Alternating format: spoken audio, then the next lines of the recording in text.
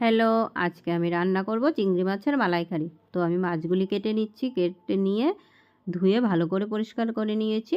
এখন আমি মাছগুলি ভেজে নেব।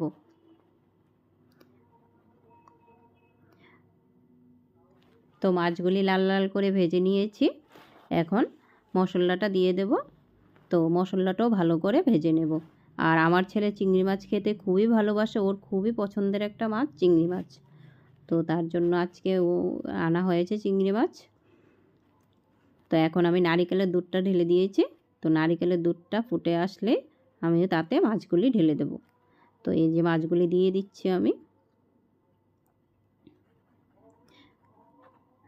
এখন একটু গরম মশলা দিয়ে আমি নামিয়ে নেব। এই তো হয়ে গেছে আমার চিংড়ি মাছের মালাইকারি। এখন ছেলেকে খেতে দেব। আর আমার ভিডিওগুলি যদি ভালো লাগে আমার চ্যানেলটাকে সাবস্ক্রাইব করে দিও। ওকে, বাই।